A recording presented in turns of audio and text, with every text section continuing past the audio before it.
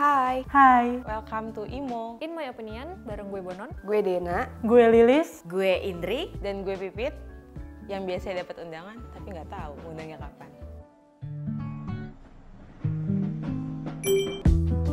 Belum. Udah, Insya Allah akan menikah. Belum. Nikahnya akhir Maret 2021. Januari 2021. Sekitar akhir Maret 2021. Sebenarnya karena udah planning dari jauh-jauh hari, jadi walaupun di saat pandemi, selama mengikuti protokol kesehatan sebetulnya sih masih tetap mengadakan acara pernikahan sih. Enggak resepsi sih, gue lebih ke akad intimate aja. 200. Kurang lebih 75 orang. Sekitar 70 orang.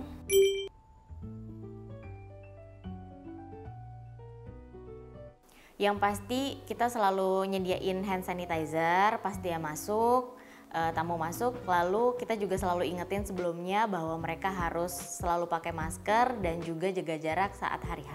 Sebelum masuk, tamu juga dites suhu badan, kemudian venue kami kebetulan outdoor. Yang pertama pasti protokol kesehatan ya, cek suhu, terus hand sanitizer, masker itu udah pasti. Terus selanjutnya buat keluarga, gue ngadain swab antigen dan juga untuk vendor-vendor.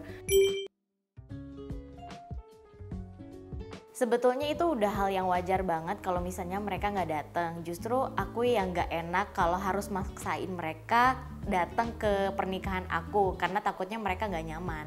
Enggak sih, yang penting kita doanya aja dari kalian. Pastinya enggak sih, karena di situ gue tahu kalau misalnya temen gue itu mentingin kesehatan dirinya maupun keluarga dan sekitarnya. Sebetulnya kalau dibilang pandemi itu kita berpikir bahwa pandemi itu akan berlangsung selama bertahun-tahun. Tapi kalau yang namanya pernikahan sebetulnya karena kembali lagi aku udah merencanakan dari jauh-jauh hari dan selama pemerintah itu masih mengizinkan untuk kita mengadakan acara dan mengikuti protokol kesehatan itu sebetulnya ya aku tetap mengikuti aja gitu. Karena pernikahan kami juga udah direncanakan dari jauh-jauh hari, terus venue-nya juga melaksanakan protokol kesehatan, dia juga mempunyai izin, jadi kita nggak khawatir sih. Dibilang nekat, ya mungkin nekat bagi beberapa orang ya gitu. Tapi balik lagi nih, gue kan ngadainnya juga bukan yang besar-besaran, gue intimate. Terus protokol kesehatannya gue pikirin gitu, WO yang gue pilih juga nantinya yang mikirin protokol. Jadi semoga orang-orang yang datang ke nikahan gue tetap sehat. Kalau plusnya mungkin budget bisa ditekan, tapi kalau minusnya ketika kita undang teman-teman yang kita harapkan itu jadi mereka agak enggan untuk datang karena mereka masih insecure. Yang utama pasti hemat budget. Gue nggak harus senyum selama 3 jam salaman sama orang-orang yang nggak gue kenal. Nah itu adalah positifnya. Nah negatifnya itu adalah gue nggak bisa banyak ngundang teman-teman gue sih sebenarnya. Terus ditambah orang-orang yang datang, apalagi cewek-cewek ya, gak bisa make up menor karena ketutupan sama masker gitu. Kalau menurut aku yang pertama sepakati dulu dengan keluarga, ingin undang berapa orang itu yang paling penting. Terus juga dipastikan juga tempatnya bahwa mereka juga sangat mengikuti aturan protokol kesehatan.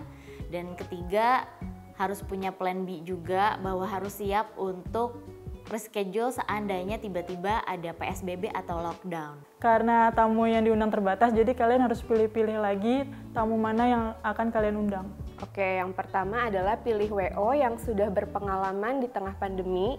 Yang kedua cari tempat yang semi outdoor yang biar ya kalian nyamannya gimana nih, bisa di ruangan ber-AC ataupun misalnya di outdoor gitu. Terus pentingnya mengadakan swab antigen untuk orang-orang tersayang sama vendor-vendor yang akan lama di lokasi tersebut. Sekali. Lebih dari 5 kayaknya. Enggak, gue nggak datang ke nikahan temen gue itu. Beberapa datang sih. Karena gue orangnya to the point, jadi ya gue bilang aja ke temen gue nggak bisa datang karena gue masih takut. Kalau gue kan datangnya itu ke teman-teman yang emang dekat. Biasanya gue tanya acaranya di mana, terus ngundangnya berapa banyak. Nebusnya yang pasti gue ngasih dia ucapan selamat sama gue minta nomor rekening buat transfer uang kondangan. Kalau suasana di sana sih hand sanitizer tuh ada di mana-mana, maksudnya setiap spot tuh ada, terus tisu kering ada, tisu basah ada.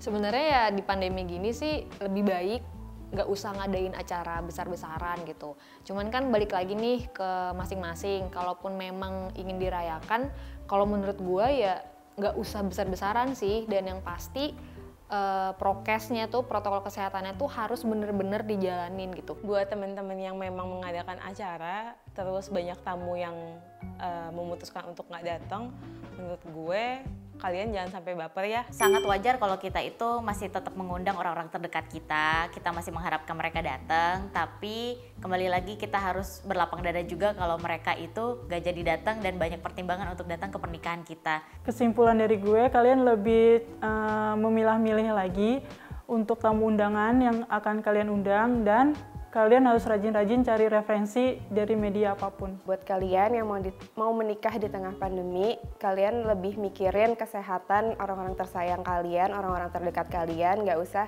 acara besar-besaran. Yang penting kalian nikah intim dan kalian dapat momennya. Selain ngutamain protokol kesehatan, kalau misalkan kalian mau ngadain acara nih, kalau menurut gue tuh harus dipastiin juga sih surat izin keramaian. Misalkan kayak dari polisi atau dari warga, itu tuh penting juga sih, karena meminimalisir kalau misalkan nih amit ya, tiba-tiba pas hari H kalian tuh ada sidak gitulah sama polisi, seenggaknya tuh udah jelas gitu suratnya. Nah, buat teman-teman yang memang mau mengadakan acara pernikahan atau acara apapun itu, sebisa mungkin ikutin ya protokol kesehatannya. Oke, karena udah ngomongin kesimpulan, selesai sudah topik kita kali ini. Kalau kalian punya pengalaman datang ke acara teman di tengah pandemi, tulis ya di kolom komentar. Kalau kalian suka sama topik kali ini, jangan lupa like, comment, dan turn notification on biar nggak ketinggalan video-video terbaru dari Beauty Journal. Thank you for watching us. See you on our next video. Bye-bye.